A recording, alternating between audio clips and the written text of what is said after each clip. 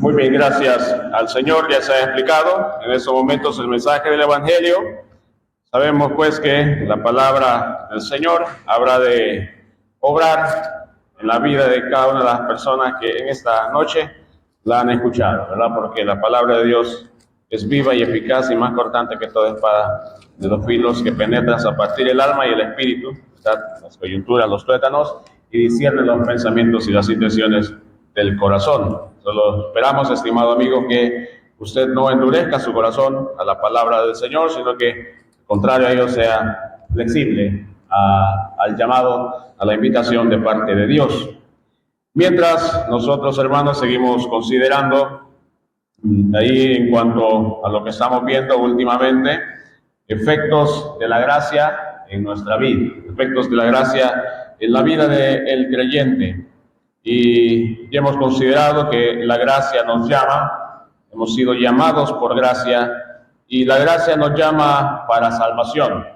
La gracia nos da salvación, nos otorga salvación, según lo que estuvimos considerando la noche de ayer, allí en Efesios, capítulo 2, versículo 8, ese texto tan conocido y tan memorizado, que nos dice: porque por gracia sois salvos por medio de la fe, y esto no de vosotros, pues es don de Dios, no por obras, para que nadie se gloríe, según el verso 9. Entonces vemos ahí que la fuente o el origen de la salvación es la gracia de Dios obrando en nuestro beneficio. El medio o el canal es la fe, por medio de la fe. Esa fe que decíamos que consta de tres elementos, de conocimiento, creencia y confianza. Esa es la fe depositada en la persona bendita del Señor Jesucristo. Una vez que escuchamos la palabra de Dios, fuimos informados de la palabra de Dios que nos hablaba nuestra condición de pecadores, fuimos informados por medio de la palabra de Dios de que había un medio de salvación y ese medio era Jesucristo y que debíamos arrepentirnos. Lo creímos y estuvimos y estamos completamente seguros de que es así. Y una vez que lo hemos creído, pues nos hemos entregado al Señor. Hemos depositado nuestra confianza, le hemos depositado nuestra alma al Señor, porque no puede estar en mejores manos, por medio de la fe, y esto no de vosotros. Dice, veíamos que en el proceso de la salvación, nosotros como seres humanos no tuvimos nada que ver, no aportamos nada, no colaboramos en nada, no cooperamos con nada. Todo el proceso de la salvación viene de Dios, tiene que ver con el Señor Jesucristo, viene de Dios, fue Dios quien planificó todo y fue Dios quien llevó a cabo todo. Nosotros no tuvimos ninguna intervención en el plan de salvación de Dios, nada, incluso decíamos ni siquiera el deseo por conocer a Cristo, ni siquiera el deseo de entregarnos a Él, fue nuestro. Fue necesaria la intervención del Espíritu Santo que nos convenció. Nosotros muchas veces fuimos rebeldes, quisimos tapar nuestros oídos a la voz de la palabra del Señor, pero el Espíritu Santo nos convenció, porque esa es la labor, esa es su labor. Pues es un don de Dios, no por obras, ¿verdad? No, ni siquiera ni por buenas obras, porque decíamos, no estamos en la capacidad de hacer buenas obras. Antes de venir a Cristo, las personas sin Cristo no están en la condición para llevar a cabo buenas obras, porque toda nuestra justicia, dice Isaías, son como trapos de inmundicia. Todo lo que el hombre crea que hace y que es bueno ante Dios, eso no es más que inmundicia, porque hay pecado en el ser humano, porque hay pecado en las personas, hay maldad en nosotros, en los seres humanos hay maldad, hay pecado y todo está contaminado. Ni por las obras de la ley, dice el apóstol Pablo ahí en Romanos, porque fuimos incapaces de cumplir la ley. No pudimos, el hombre no pudo cumplir la ley. Las ordenanzas, los estatutos dados por Dios, fue necesario que Cristo Jesús viniese y la cumpliese por nosotros. Él la cumplió por nosotros y ahora Él nos ha liberado, dice, de la maldición de la ley.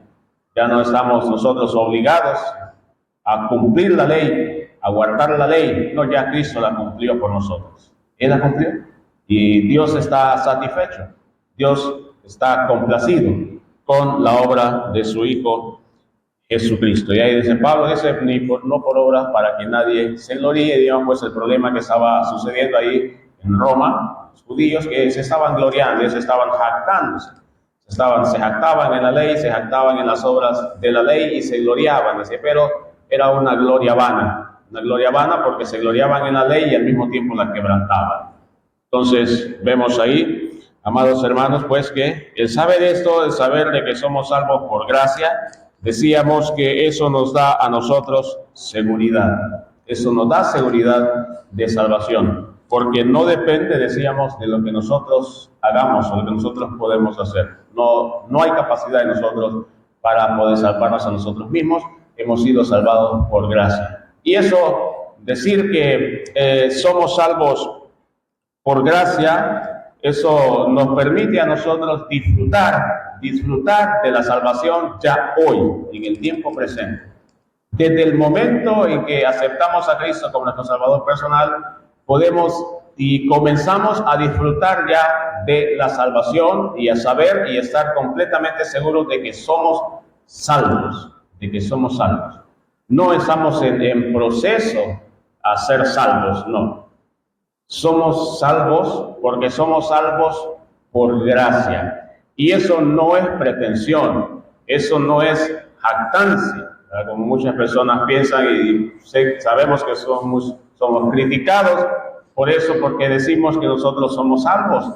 Pero es que, amigo, entiéndanos, es que la salvación, somos salvos, estamos seguros que somos salvos porque la salvación depende de la obra que Cristo Jesús hizo en la cruz del Calvario, no depende de nosotros.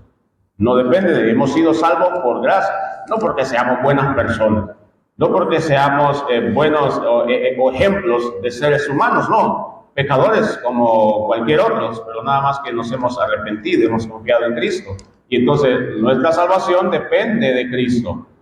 Y la obra de Cristo fue completa. Y en virtud a esa obra es que nosotros somos salvos. Por eso es que decimos que somos salvos por gracia. Podemos gozar de la salvación hoy. Y eso nos da seguridad porque por gracia sois, dice el apóstol Pablo, sois salvos. Y qué importante saber y conocer también que la gracia es tan abundante que abarca a todo el mundo.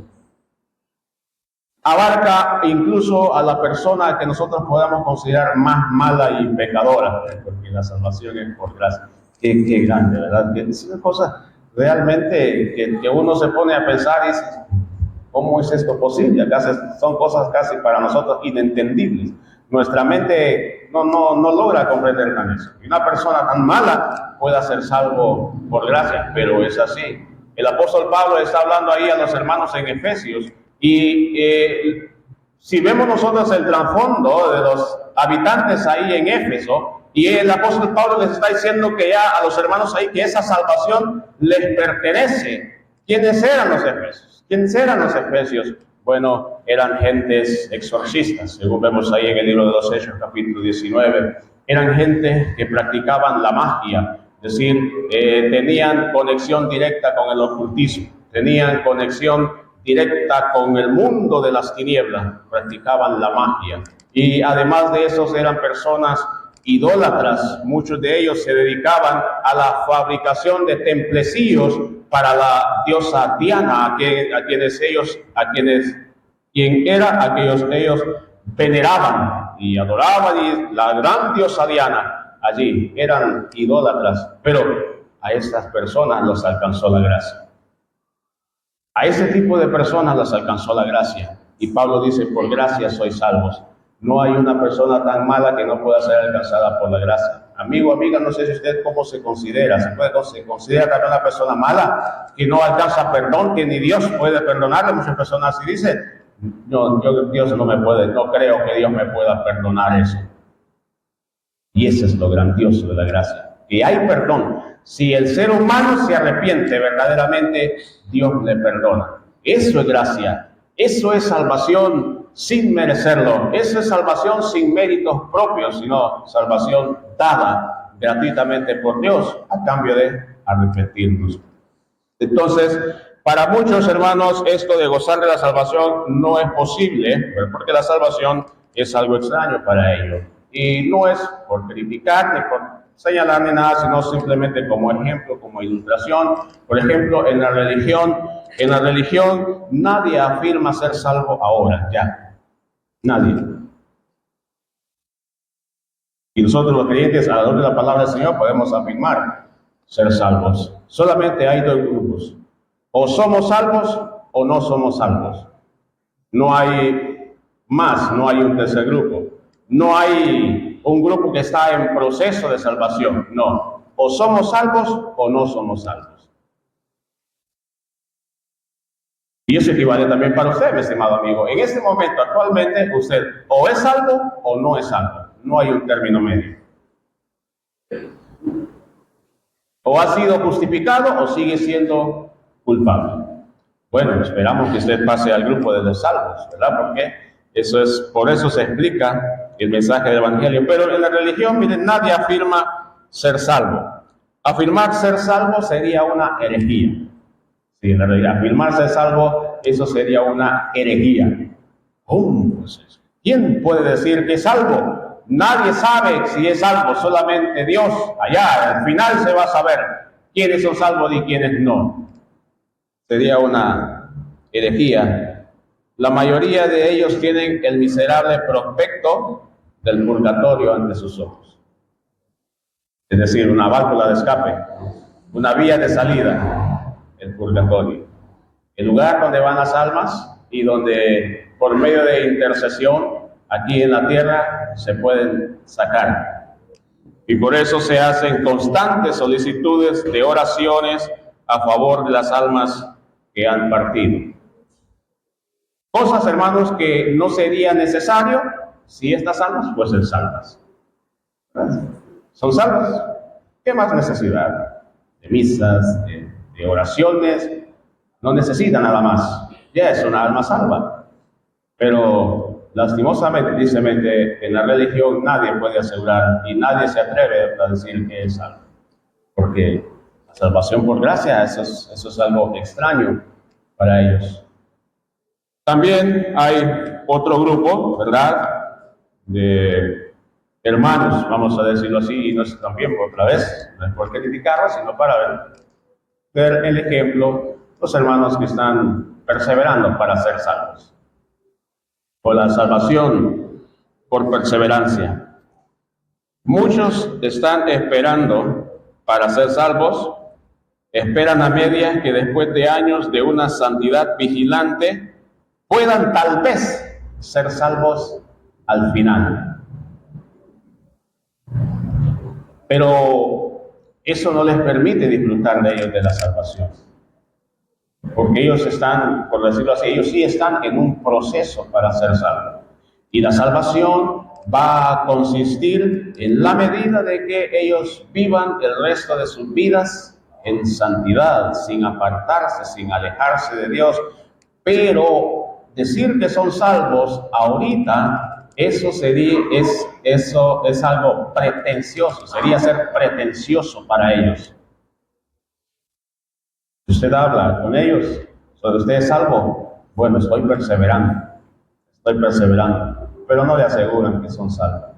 Quizás han sido mal enseñados, no han comprendido realmente lo que significa salvación por gracia. La salvación por perseverancia no permitiría gozarnos en la salvación.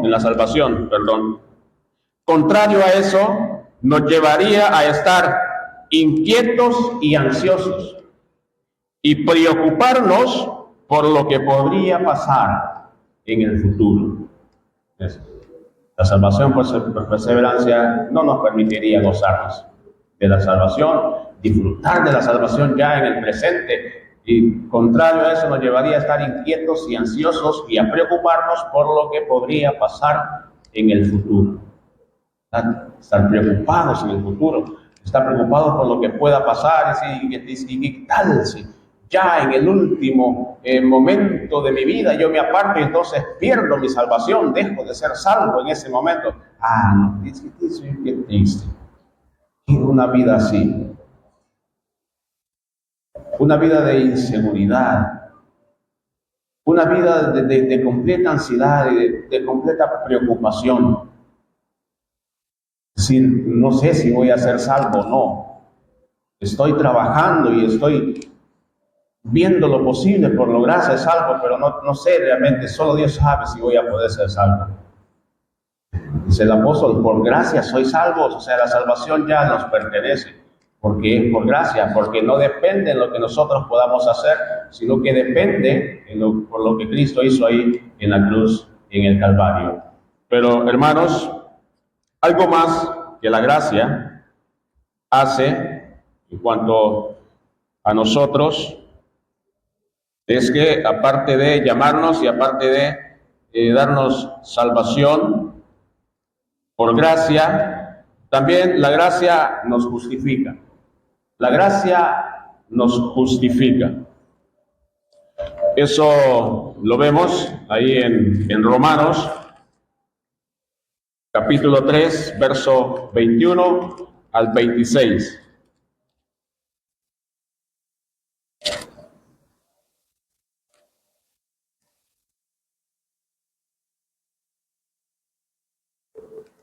Romanos capítulo 3, verso 21 al 26 nos dice, pero ahora, aparte de la ley, se ha manifestado la justicia de Dios, testificada por la ley y los profetas. La justicia de Dios por medio de la fe en Jesucristo para todos los que creen en Él, porque no hay diferencia, por cuanto todos pecaron y están destituidos de la gloria de Dios, siendo justificados gratuitamente por su gracia, mediante la redención que es en Cristo Jesús, a quien Dios puso como propiciación por medio de la fe en su sangre, para manifestar su justicia, a causa de haber pasado por alto en su paciencia los pecados pasados, con la mira de manifestar en este tiempo su justicia, a fin de que Él sea el justo y el que justifica al que es de la fe de Jesús. Que Dios bendiga nuestras vidas con su palabra leída en esta noche.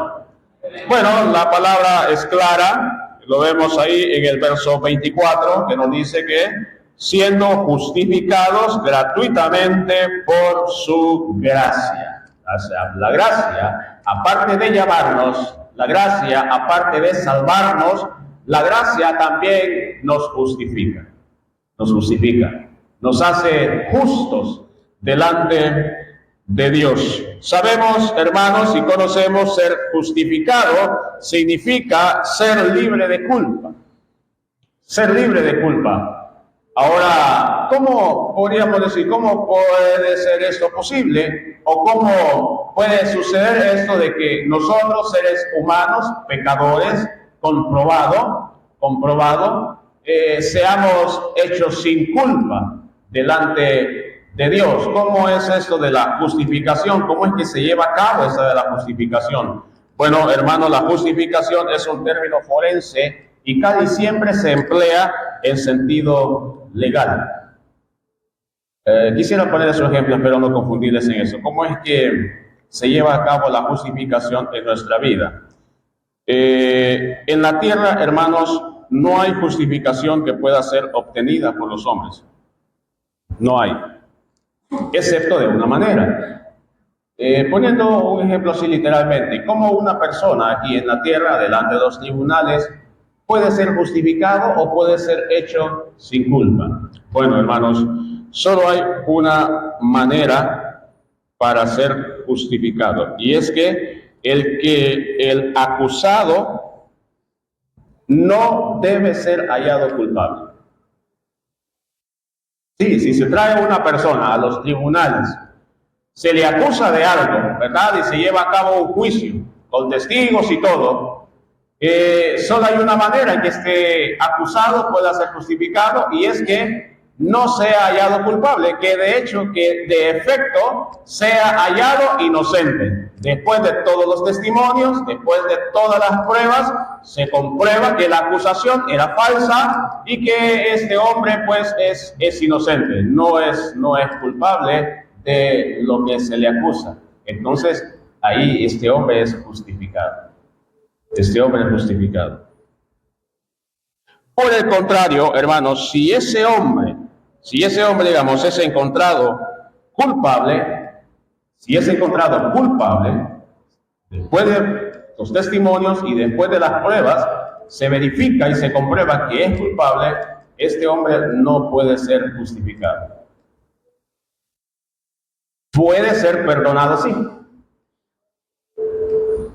Puede ser perdonado, pero no puede ser justificado, porque se ha comprobado que es culpable. Puede ser perdonado, pero sus hechos no son justificados, ¿verdad? Porque en los tribunales humanos se lleva a cabo eso, ¿verdad? Quizás un hombre, una persona que fue acusada y fue encontrado realmente culpable, quizás pues las autoridades o el gobierno puede atribuirse, ¿verdad?, el perdonar a este hombre. Pero el perdón, el hecho de que le haya perdonado, no significa que ha sido justificado. Sigue siendo tan culpable como lo era antes de ser perdonado, porque se comprobó realmente que era culpable. Entonces, la justicia en el mundo, en el mundo es así. Ahora, tenemos un ejemplo reciente y con la aclaración, ¿verdad? No apoyamos ningún partido político. Aquí nosotros no apoyamos a ninguno de esta gente en la política. No estamos ni en contra ni en favor. Dejamos que Dios tome las decisiones. Oramos, sí, pero que sea Dios quien tome el control de la situación con el expresidente. ¿Qué pasó? Fue juzgado. Un tribunal lo halló culpable y estuvo en prisión. Pero ¿qué pasó con ese nuevo gobierno que tomó posesión en esta nación de Estados Unidos? Pues prácticamente lo perdonó y este hombre quedó absuelto. Ahora nos preguntamos, ¿cómo lo ven los hondureños? ¿Cómo lo ven? ¿Culpable o no culpable? Sabe que la mayoría de los hondureños lo siguen viendo como culpable. Sí, el gobierno de Estados Unidos lo perdonó, pero muchos lo ven como culpable. Entonces, no hay manera de justificarlo. No hay manera. La única manera en la cual él hubiese sido justificado es que en su juicio se haya encontrado de que las acusaciones eran falsas y que realmente era inocente.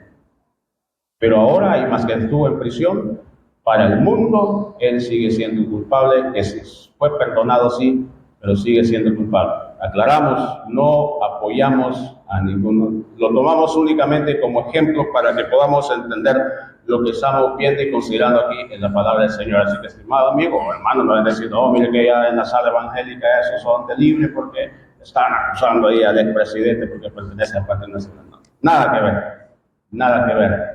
Solo vemos como ejemplo cómo funciona la justicia aquí en el mundo y cómo es que nosotros hemos venido a ser justificados, y esa es la maravilla, hermanos, de la justificación obtenida por gracia. Note que se ha demostrado que somos culpables y sin embargo somos justificados. Ningún tribunal en la tierra puede hacer eso, porque vemos el veredicto sobre nosotros ahí, contundente en Romanos 3:23, culpables por cuanto todos pecaron. Por cuanto todos pecaron. Pero inmediatamente entramos al verso 24, después dice que somos justificados gratuitamente por su gracia. O sea, culpables y al mismo tiempo justificados por su gracia. Entonces, si se ha demostrado de que somos culpables, no solamente hemos sido perdonados, hermanos, también hemos sido justificados. Es decir, hemos sido hechos sin culpa. ¿Cómo es esto posible? ¿Cómo fue esto posible? Bueno, es lo que vamos a ver ahorita. Esto fue posible, hermanos, gracias a la sustitución de Cristo por nosotros. Sí. Por eso hemos sido justificados por su gracia. Gracias a la sustitución de Cristo por nosotros, porque Cristo, amados hermanos, Él tomó nuestro pecado, nuestra culpa y nuestro castigo. Es decir, Cristo ocupó nuestro lugar. Cristo tomó toda nuestra culpabilidad, Cristo tomó todo nuestro pecado y era el único apto para llevar a cabo eso. ¿Por qué? Porque es el justo. Lo dice ahí el verso 26, con la mira de manifestar en ese tiempo su justicia, a fin de que Él sea el justo y el que justifica al que es de la fe. Aquel que fue sin pecado era el único en la condición de tomar nuestro pecado, nuestra culpa y dejarnos a nosotros absueltos. Y Él llevó nuestro pecado, nuestra culpa y nuestro castigo. De modo que nuestro pecado no es que se haya quedado sin castigo, estimado amigo o hermano.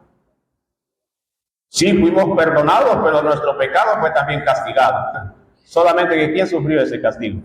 No fue usted, no fui yo. ¿Quién fue? El Señor Jesucristo. Isaías capítulo 53, capítulo 4.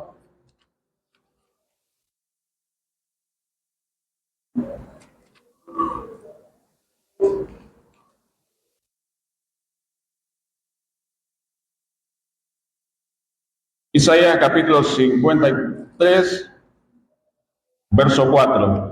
Ciertamente llevó Él nuestras enfermedades y sufrió nuestros dolores, y nosotros le tuvimos por azotado, por herido de Dios y abatido. Mas Él herido fue por nuestras rebeliones, molido por nuestros pecados. El castigo de nuestra paz fue sobre Él, y por su llaga fuimos nosotros curados. ¿Está claro? Cristo llevó nuestras enfermedades, sufrió nuestros dolores, y el castigo de nuestra paz fue sobre Él. Y por su llaga fuimos nosotros curados. El único justo, llevando las injusticias y cargando en su propio cuerpo los pecados de todos nosotros. Y nuestros pecados fueron juzgados en la persona del Señor Jesucristo, que es lo que nos dice ahí 1 Pedro, capítulo 2, verso 24.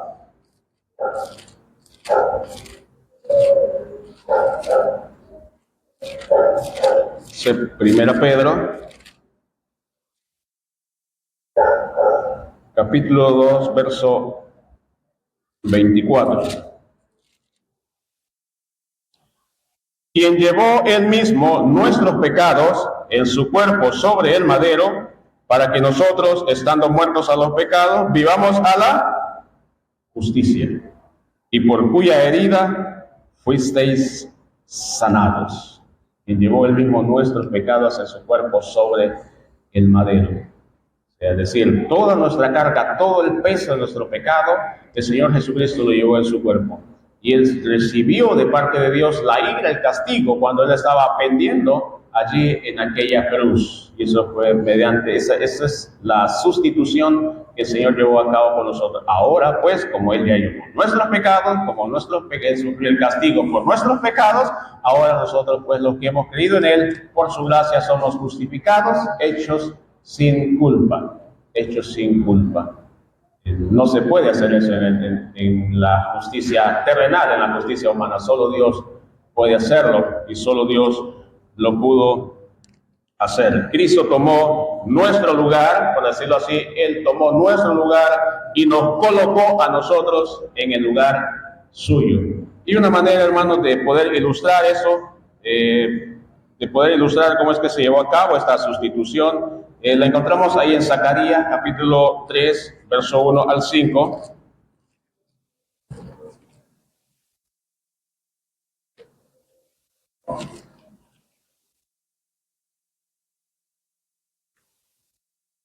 Libro de Zacarías, capítulo 3.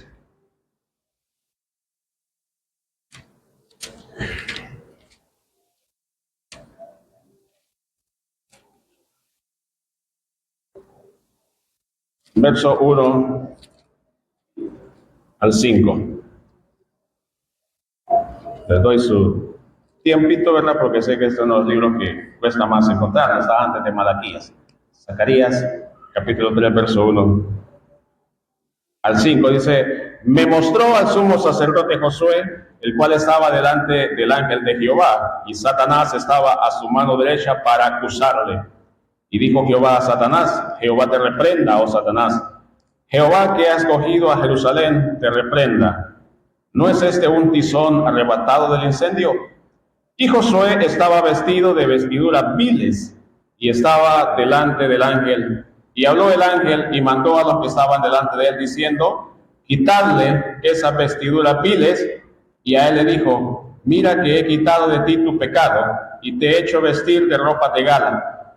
Después dijo: pongan mitra limpia sobre su cabeza, y pusieron una mitra limpia sobre su cabeza, y le vistieron las ropas, y el ángel de Jehová estaba en pie. Aquí hay alguien acusando. Aquí está el acusador, Satanás, estaba acusando a Josué, sumo sacerdote Josué. Pero la voz y el mandamiento del ángel en el verso 4, quitarle esas vestiduras viles, o quitarle esas ropas inmundas. Eso es perdón. Eso es perdón. Quitarle esas ropas inmundas, quitarle esas ropas viles. Y en lugar de eso, dice el verso 5, después dijo: pongan mitra limpia sobre su cabeza. Y pusieron una mitra limpia sobre su cabeza, y le vistieron las ropas. Le vistieron mitra limpia. Eso es justificación. Eso es justificación. Las ropas, así de manera figurada, de manera ilustrada, hermanos, los harapos que Josué vestía pasan a Cristo. Y con la vestidura de Cristo se viste a Josué. Quitarle esos. Y ponerle. Sí, la ropa vil de Josué es quitada y puesta sobre Cristo. Y la justicia, la ropa de Cristo, es puesta sobre Josué. Así también, hermanos, sucede con nosotros. Cristo tomó nuestros pecados, Él cargó con nuestros pecados, y nosotros tomamos la justicia de Cristo, porque fuimos revestidos de Cristo, según lo dice Gálatas, capítulo 3, verso 27.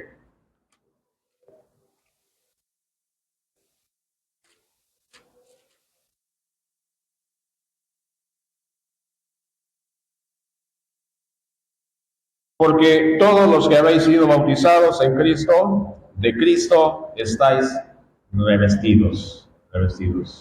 Cristo quitó de nosotros toda nuestra inmundicia, Él cargó sobre su propio cuerpo nuestro pecado, nuestra culpa, y Él nos vistió con su justicia. Por eso es que ahora hemos sido justificados, es decir, hemos sido hechos sin culpa, a pesar de que fuimos culpables. Señor Dios nos justificó, porque Cristo cargó nuestros pecados. Decíamos, nuestros pecados no quedaron sin castigo, sí, fueron castigados, pero el castigo lo sufrió el Señor Jesucristo por nosotros. Él ocupó nuestro lugar, hermanos, y por medio de esta gloriosa sustitución e intercambio de lugares, los pecadores son liberados y justificados por su gracia. Sí, no solamente nos salvó, también nos justificó, es decir, hemos sido hechos sin culpa. Estamos aquí, hermanos, que Dios nos bendiga por medio de su palabra.